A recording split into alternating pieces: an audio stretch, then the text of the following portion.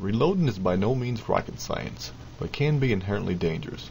So I at H Productions must insist that if you do choose to engage in reloading, that you take your time and learn all you can before trying it yourself. Hey, what's up, y'all? I had a lot of people request a video of how to get into reloading, how to do reloading basically, what kind of stuff you're going to need. Personally, I'm new at this. I just got started reloading, so I think this would be a good platform to me to show you and generally tell you what the dealio is with the reloading. One thing I do want to note in this video is, believe it or not, reloading is probably within your reach. A lot of people, they don't think it is, but if you're into shooting, say you shoot a couple hundred rounds a month maybe, you might want to think about reloading.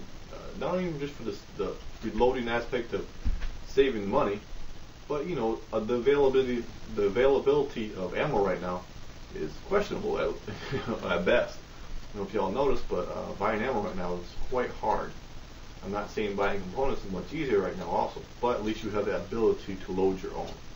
We'll get into a lot of that stuff later though. But in this first video, we're just basically going to cover the basics of reloading, things you're going to need, different presses, safety, some reload manuals, just basic stuff that is kind of overlooked when you're first thinking about getting to reloading. So, here we go.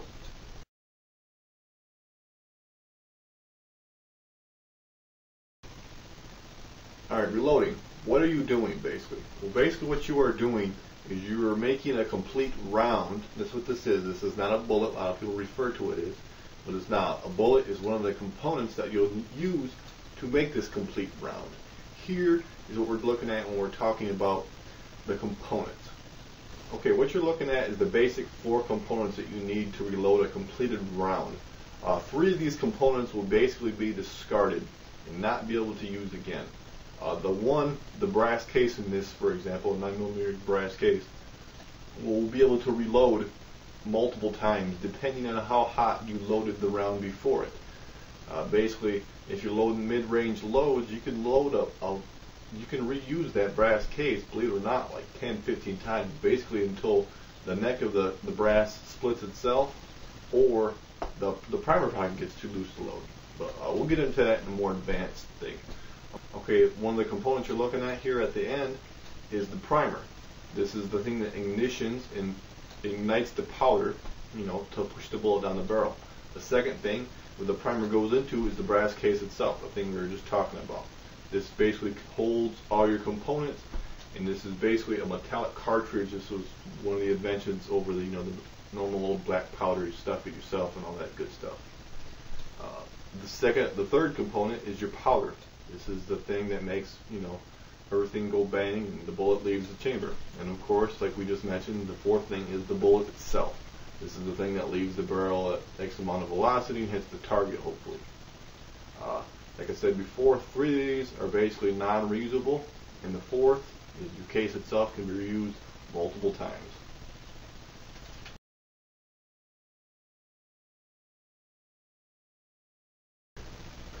Okay, the next thing I want to talk about is safety. I want to even talk about safety even before I go into the press itself. The reason I want to do this is because reloading itself is inherently dangerous if you're not careful. A good way to check a reloader's safety is the digits. The reason I say this is because a bad reloader basically might be missing a finger or two. I don't want to scare anybody by saying this, but if you're not careful, that's what you can do. You can literally blow your gun up and maybe take a couple of your hands with you, or a couple of your fingers with you, if not kill yourself. So you just want to be careful with doing this. Now don't get freaked out over me saying this. So I'm not trying to freak you out. Basically what I'm trying to do is throw some reality into you and let you know is basically reloading is as safe or as dangerous as you make it because you load your own rounds. If you take your time, you follow safety procedures, you do the right things every time. Don't get distracted by watching TV or whatever. You'll have safe reloading. I mean, I know people that have been loading 30, 40 years. They're doing it, no problem. They all got fingers. Not one double charge, nothing like that. No squid, no nothing. So basically what I want to say to this is you just want to be safe to begin with.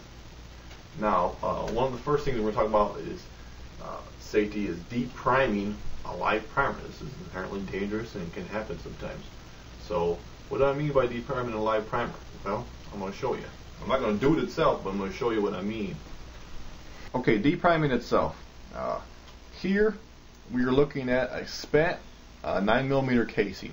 In this case, this is a spent case that has nothing more than an empty shell of a case and an old primer. And this is the primer, has a dimple on it and has been fired basically.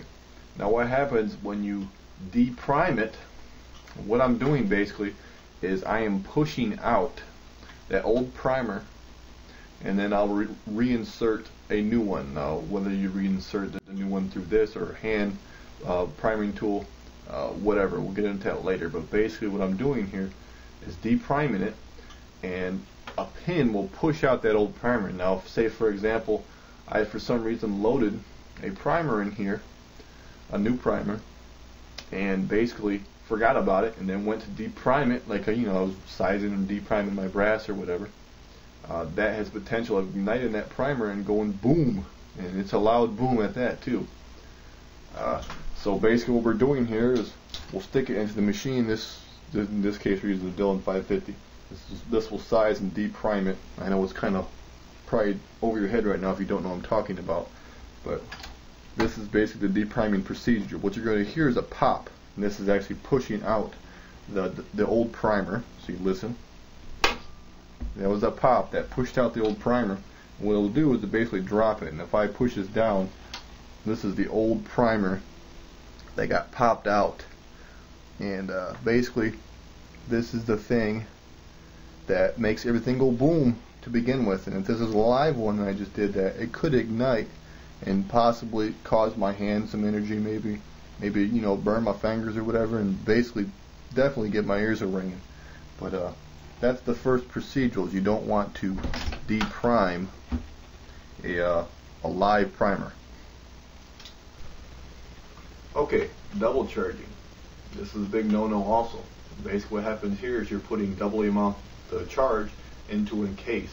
Especially with uber fast powders, something like this tight group I got here, very fast powder, takes up very little inside the case. If you're not careful, you can stick 2, even 3 charges inside one case. And I tell you what, you set that baby off, you're gonna know it fast. Hopefully you don't take none of your digits with you. But what is it charging? Well, let's show you. Okay, here's the basics of double charging. You're basically going around doing your thing, and for some reason or another you forget, or you don't pull the handle all the way, in that case an auto index. This is a manual index, but same dealio. And what happens is you charge it once, this dumps the X amount of powder into the case. That's what you're looking at there. That's one charge. Put that back. Okay, let's say you're doing it. You charged it once. That's a full case. You forgot about it. You charge it again. There I have 2 charges in a single case, and if for some reason I forgot to look, and then I put a bottle inside and seated it, then I have 2 charges inside that case, and that's known as a double charge. As you can see, if you can see that, my shitty lighting in here, that's basically twice the amount of powder, and that's a big no-no. That can blow up on you. And that's one of the procedures you want to make sure you don't do, is double charge a case.